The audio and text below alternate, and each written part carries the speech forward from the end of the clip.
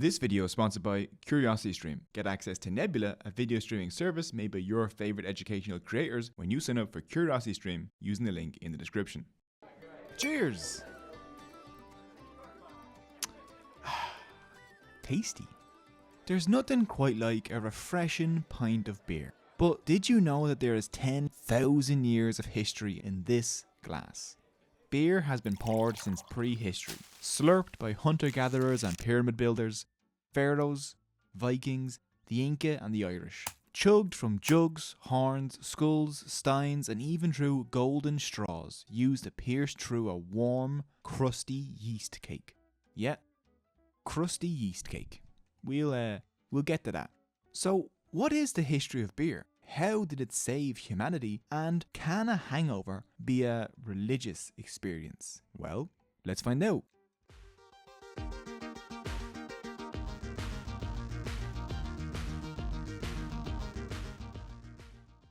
Our story begins a long time ago. At least as far back as 13,000 years ago, people in the Levant and Turkey were making beers for feasts and rituals by fermenting wild grains.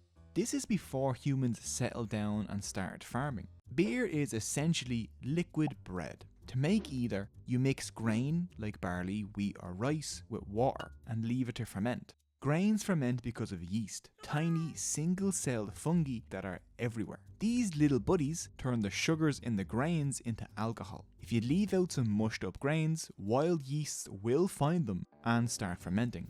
Wild yeasts have a very particular set of skills. They will find you, and they will ferment you. If you make a dough from the fermented mush and bake it, you'll get bread. A more soupy version becomes beer. Academics used to think humans settled down and started farming to secure a steady supply of grain to make bread. But, and it's a big but, hunter-gatherers had a better diet, shorter workdays and healthier lives than early farmers. Why would humans swap their chill, hunter-gatherer lives to become hard-working, mostly bread-eating farmers? If bread was a convincing reason to start doing civilization, then ducks would have beaten us to it. Maybe, and it's a big maybe, 10,000 years ago, hunter-gatherer groups routinely came together to party and drink beer they made from wild grain. Then they realised they could secure a steady supply of grain to make beer if they stayed in one place and just farmed grains. Beer and the festivals that come along with it might have convinced hunter-gatherers to settle down in cramped towns and work long, grueling days on farms under the rule of kings, pharaohs and priests. These first farmers in Mesopotamia now had to seed, plough and maintain the land. Communities had to come together to build infrastructure like irrigation canals for their crops. Once the grain grew, they had to learn how to store, process and distribute it, which led to writing and governments and militaries to protect those grains. And maybe, I don't know, steal some other people's grains. And to force the remaining hunter-gatherers to become farmers too. And boom, now you've got civilization. Learning how to manage a grain surplus is essentially what civilization is. So maybe our craving for beer created civilization as we know it. Beer and bread quickly became the symbols of civilized people. The ancient Sumerians wrote the Epic of Gilgamesh around the 3rd millennium BCE. In it we learn the story of Enkidu, a wild man who lives outside of civilization. The city-living king Gilgamesh decides to civilize Enkidu and so sends Shamhat, a temple prostitute, to tame him. After spending some days together, Shamhat says, "Eat the bread, Enkidu. It is the way one lives. Drink the beer, as it is the custom of the land." He ate the food and then he drank the beer, 7 jugs, and turned into a human. It was beer and bread that turned Enkidu from a wild man into a proud Sumerian citizen. Possibly a metaphor for what happened to the Sumerians themselves. The Mesopotamians and Egyptians brewed dark beer, light beer, beer for the rich and the poor, and for the living and the dead, and many others we still can't translate. In Egypt, tombs were filled with a special kind of beer that would not turn sour, so that the dead could enjoy it in the afterlife. We see this in the tomb of King Scorpion I, who lived in the 3200s BCE. This Scorpion King was buried with over 2,000 vessels of beer. Ordinary dead Egyptians only had a few small jars of beer to enjoy after death. We didn't discover what yeast was until the 1800s, and so for the first farmers, the transformation of grains into beer must have seemed magical and connected to the gods. Beer shows up across Egyptian mythology. The god Osiris brought brewing to humans. Another myth tells us that one day Ra was furious because he thought humanity was plotting against him. He sends his daughter, the goddess Hathor, to punish the people by killing them and drinking their blood. And she does an amazing job at murdering everyone. Just look at her go. Ra realized that there would soon be no humans left to worship him, and so he tricked his daughter into drinking red dyed beer. Thinking it was blood, Hathor chugged the beer and then passed out. She eventually woke up with a peaceful heart and stopped her rampage. So technically, humanity was saved by beer. Hathor became tightly associated with beer. The Egyptians dedicated a holiday to her, the Tek Festival, the festival of drunkenness. During these celebrations, people would drink as much as possible while dancing and singing until they fell asleep. Then in the morning, priests would sneak into the party hall with a massive statue of Hathor and then wake up the partiers with loud drums. This sudden sobering up in the goddess's presence was supposed to produce a spiritual connection and probably one hell of a hangover. In Samaria, Ninkasi was the goddess of beer, and women were the primary beer brewers. Sumerian beer was a thick, frothy drink, drunk by several people out of the same jug. Both the Mesopotamian cuneiform character and the Egyptian hieroglyph for beer are these little beer jugs, which is just adorable. They drank these beers immediately after brewing when it was fresh. Each person had their own straw made from reed, or if you were really rich, gold. They used the straws to poke through the thick, crusty yeast cake that formed on top of the warm, fermenting beer. The straws also helped filter out any bits that were floating in the beer. Here you can see an Egyptian drinking beer using the world's first crazy straw. Also, here is a 3,200-year-old Egyptian painting of a hippo making beer. Why? I don't know. You need to see this. Warm, chunky beer might not sound nice to us, but they were very nutritious. Ancient beer was a good source of vitamins B6 and B12, minerals, antioxidants, and even fibre. This made up for the lack of meat and vitamins in farming people's diets. In Egypt, pharaohs and nobles drank elaborate, spiced, and sweetened beers. The workers got a simpler version. In Samaria, women working in temples were paid 2 litres of beer daily, whereas children only got 1 litre. The Code of Hammurabi, of eye for an eye fame, had laws regulating the price of beer, and the workers who built the pyramids of Giza were paid in beer. Not just beer, obviously, but it was a part of their wages. To pay all those workers, Egypt needed to produce a lot of beer. One large brewery we've discovered produced 40,000 pints of beer at a time. Just south of the Egyptians, Sudanese Nubians used fermenting beer to create antibiotics. During the fermentation process, they produced the antibiotic tetrasaline and used it to treat bacterial infections 2,000 years before Alexander Fleming discovered penicillin. All the way over in China, the earliest finds of beer making are from 7000 BCE, and it was probably fermented from rice, berries, and honey. During the Shang dynasty, the palace had its own official brewers, and taverns popped up in large cities. Di Xin, the last emperor of the Shang dynasty, might have liked beer a little too much. One of his parties had a lake of beer and a meat forest, and he made men and women chase each other about quite naked, and had drinking bouts the whole night long. The people eventually turned on him, and the royal palace with Di Xin inside of it was burned. The Shang dynasty soon collapsed, and many people blamed it on the drinking. Up in Scandinavia, beer and mead, a drink made from fermented honey, played an important part in diplomacy, marriages, and funerals. Communal drinking from a single cup was also a thing. They even had these cool triple cups to make things easier. This helped Norse people build strong social bonds with each other. Some Norse warriors known as berserkers, which means bear shirt, were said to enter a sort of trance to increase strength during battle.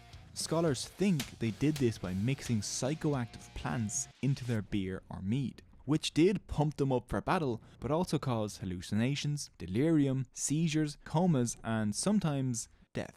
Some researchers believe that the berserker hallucinogenic might have been henbane. This plant was found all across European archaeological sites, like Skara Brae, a Neolithic site and ancient brewery from around 3000 BCE. The Celts also seem to have used henbane in their beer. Unfortunately, most of what we know about Celtic beer comes from Roman sources, who hated beer. But the wine-loving Romans have more to do with beer than you might think.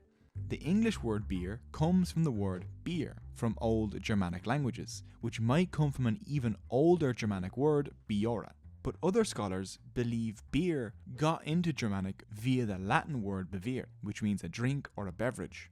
Today, most countries use a word that sounds like beer, but Spanish speakers decided to go and be awkward and use cerveza, which came from the language of the beer-hating Romans, Latin, and probably comes from the name of the Roman goddess of growth, Ceres, which is where the word cereal comes from, or from a Celtic word for beer that morphed into cervisia and then into cerveza.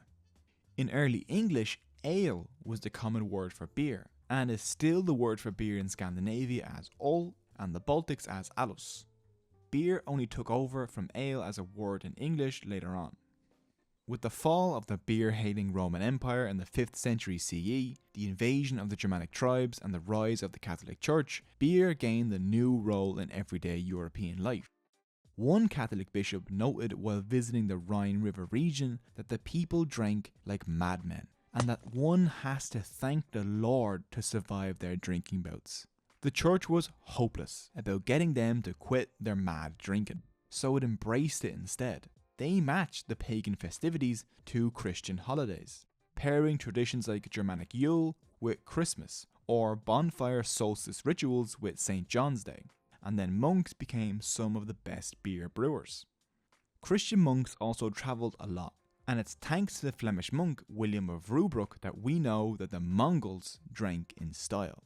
In 1253, William entered Karakoram, the capital city of the Mongol Empire at that time. He was dazzled by the Great Khan's fountain. It was a magnificent silver tree with silver serpents coiling around it. On its base there were 4 lions, also made of silver, each of them spewing forth mare's milk. From the branches of the tree, 4 pipes poured grape wine, fermented mare milk, rice beer and honey mead into basins for drinkers to enjoy. Back in medieval Europe, women were the primary brewers, and in England they were called alewives. As cities grew, alewives began making a profit from selling beer. Seeing this, men quickly decided that maybe they wanted to take over the brewing business. Unlike their wives, men could take out loans and set up guilds to protect their businesses and regulate the market in their favour. Between the 13th and 15th centuries, alewives were depicted with gross physical features, and some were even charged with witchcraft, which pushed alewives out of the beer business as men took over. Up until the 13th century, beer was brewed with grut, not that Groot, a combination of herbs and spices that added flavour and helped preserve the beer longer. So you didn't have to drink it as soon as it was fermented like back in Samaria. Taxing Groot became an effective way to regulate and tax beer production, but Bavarians and Bohemians found an alternative to Groot: hops. Hops are these terrifying looking plants. They added bitterness and extra flavours to beer, but more importantly, hops were cheap, untaxed, and their antimicrobial effects preserved beer much longer than Groot could. The longer the beer lasts, the further it can travel. Some cities became major beer exporters. By the 1400s, the city of Hamburg had about 15 to 20,000 people, but was producing an average of 30 million litres of hopped beer per year. Laws were soon passed to regulate beer production, the most famous one being the 1516 Reinheitsgebot, or German purity law, saying the only ingredients allowed for making beer were barley, hops and water. Today, 500 years later, the Reinheitsgebot still influences how beer in Germany and the world is produced. In 1553, Bavaria passed a law forbidding brewing during the summer, saying that the weather would spoil the beer. brewing started in March, and they would leave it to ferment in very cool caves until September, and so Märzenbier, or March beer, was born. In 1810, there was a huge public party in honour of the wedding of Prince Ludwig of Bavaria and Princess Theresa. They had parades, horse races and lots of beer. The wedding was in Munich in October, pairing perfectly with the opening of the Märzenbier barrels. It was such a massive success that they decided to repeat the celebrations every October, and it became known as it's Oktoberfest.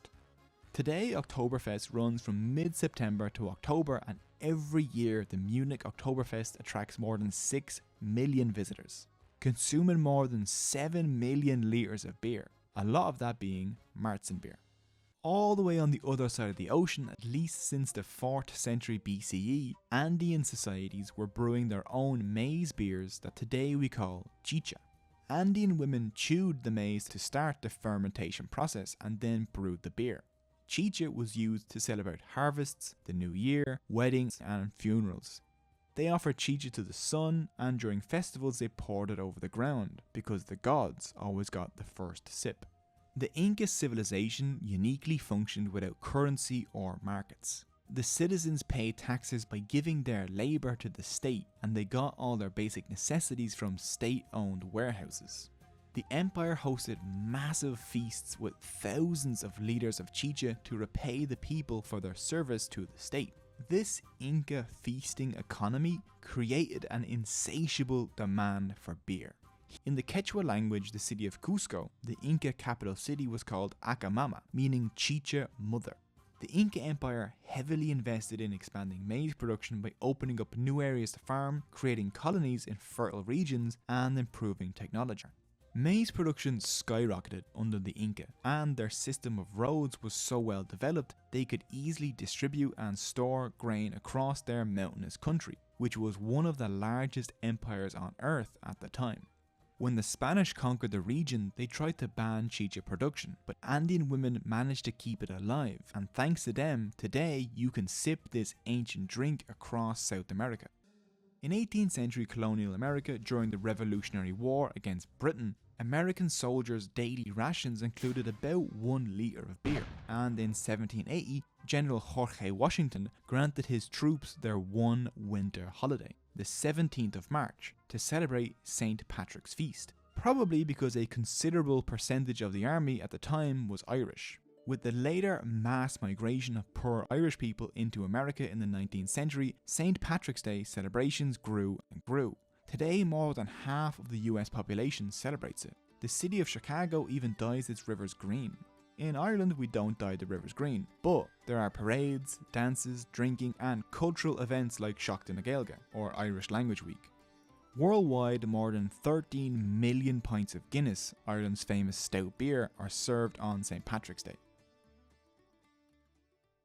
Arthur Guinness was part of a group of pioneers that revolutionised brewing during the Industrial Revolution. He decided to open his own brewery at St James's Gate in Dublin in 1759, signing a famous 9,000-year lease for £45 per year. Which is very annoying because I used to live right next door to this brewery and my rent was much higher than £45 and I had to smell the brewery. Guinness was an international success and was shipped all over the world. The first brewery opened abroad in 1963 in Nigeria, only 2 years after that country became independent. Guinness is so popular in Nigeria that some Nigerians think of Guinness as their national beer, and Nigeria is the world's second largest consumer of Guinness.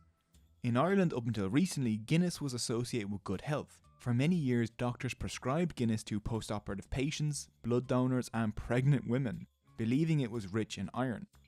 While industrial-scale brewing made Arthur Guinness and other factory owners rich, many workers were crushed by the industrial malt mill, drowned in beer vats, or asphyxiated by CO2 generated by fermentation. London had a deadly incident in 1814 when a 6.7 metre tall wooden vat filled with porter beer burst. The 500,000 litres beer tsunami flooded the neighbourhood and killed 8 people. But the Industrial Revolution didn't just affect the brewing process, it changed the palate too. During the Industrial Revolution, the deep, rich, heavy porters and stouts of the working classes were all the rage. But then, boom, imperialism.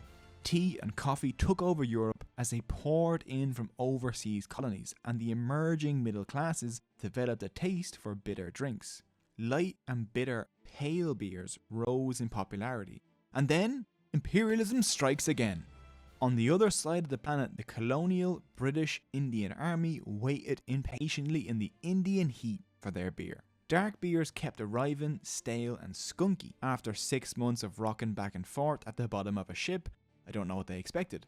But then some companies tried sending paler beers packed with hops, which, as we have seen, are a powerful preservative. The beer was not very creatively called Indian Pale Ale, or IPA for short. Let's go to 19th century China and see what's going on. Boom! Imperialism striketh again. In 1897, German naval troops went to the other side of the planet to seize the Chinese fort at Qingdao. The Germans built a village near the fort, and by 1903 it was attracting investors. Among them were the founders of Germania Brewery, which later became the Qingdao Brewery. In the beginning, Qingdao beer was brewed in accordance with German Reinheitsgebot, but after the company was privatized in the 90s, Qingdao started to add rice to the beer. Nowadays, Qingdao is the second largest brewery in China with more than 17% of the domestic market and 4.4% of global beer production. Germany also changed the beer history in another country. In the 19th century, Germans went to America by the hundreds of thousands. By the end of the century, there were an estimated 2.8 million Germans living in the US.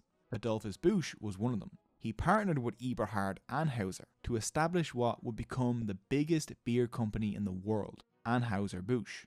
Busch made many improvements in beer production, including pasteurization and refrigeration. After a trip to Bohemia, the modern Czech Republic, he developed Budweiser, the biggest beer brand in the world, which kind of annoyed the Czechs, who already had a beer called Budweiser for about 800 years. The dispute between Budweiser and Budweiser is why the American Budweiser is just called Bud in Europe. Today, Anheuser-Busch sales exceed $52 billion a year, nearly 30% of the world market. By the end of the 19th century, drunkenness was becoming a social problem in the United States, and the Americans reacted harshly. From 1920 until 1933, alcoholic beverages were outlawed across the US. Companies that had made fortunes in the decades before were struggling to survive, selling anything from malt extract and tonics to ice creams. When prohibition ended and the market picked up again after the end of World War II, almost all small breweries had died out. Beer brewing was now in the hands of gigantic corporations. Beer corporations became masters of the new science of marketing, and soon TV sets were filled with beer advertisements and refrigerators were stocked with cold beer that was cheap, bottled, mass-produced and mass-marketed. In the last 20 years, small breweries have made a comeback, brewing their own unique beers. Beer drinkers can now enjoy beer of all flavours. You can even drink a beer called Gilgamesh, based on the earliest beers brewed in Sumeria. Since 2010, an average of 190 billion litres of beer have been produced every year. It is the most consumed beverage on earth after water and tea. And each time a pint is raised to welcome friends, to wish good health, to toast a new marriage, or to remember lost loved ones, it is an act that has been repeated by humans every single day for the last 10,000 years. Today maybe we don't believe beer connects us with the gods, but there is still some magic in it. Although, if you still want to use beer to feel connected to the gods again, you can head to Guatemala and share a cigarette or beer with Maximon, a Maya folk saint. Evan from the channel Rare Earth did just that in this video over on Nebula. Nebula is a video streaming platform that Cogito and a bunch of our creator friends have built, and now we've partnered with CuriosityStream. Nebula is a place where you can go to watch some of the best educational content, ad-free, uncensored and earlier than YouTube. This video was up on Nebula before it was up on YouTube. Videos on Nebula don't have to compete to succeed in an algorithm, so creators can experiment there with exclusive Nebula content, and lots of videos you've seen on YouTube have extended cuts over on Nebula. This channel has exclusive content on Nebula, and by supporting Nebula, you'll be providing a budget for creators to put together Nebula originals that would never make it on YouTube. Take for example Real Life Lore's exclusive Nebula original on modern conflicts, or the Nebula original behind the scenes documentary on how Philosophy Tube is made. There are many more Nebula original videos and podcasts, all funded by and created for people like you, people that enjoy original, independent and smart content. And now we've teamed up with CuriosityStream, the best place to find world-class documentaries online. We've created a deal where if you follow the link in the description, you'll get access not only to CuriosityStream, but to Nebula too, for free. And it's not a trial or anything like that. As long as you're a CuriosityStream member, you'll get Nebula. I saw these cute little monkeys getting drunk on fermented fruit in the History of Food series over on CuriosityStream. So if you like this video, then that series is perfect for you. And right now, CuriosityStream is offering Cogito viewers 26% off their annual subscription. That's less than $15 a year for both CuriosityStream and Nebula. So click the link below to get 26% off an annual CuriosityStream subscription along with free access to Nebula, or you can just go to curiositystream.com/cogito. I hope you enjoyed this video. It's long and it took a lot of work, so let me know what you thought in the comments below, and what video would you like us to make next. If you're interested in supporting the channel, there are links to our Patreon and our t-shirt store also in the description, and our patrons also get early access to these videos. Thank you so much for watching, and cheers!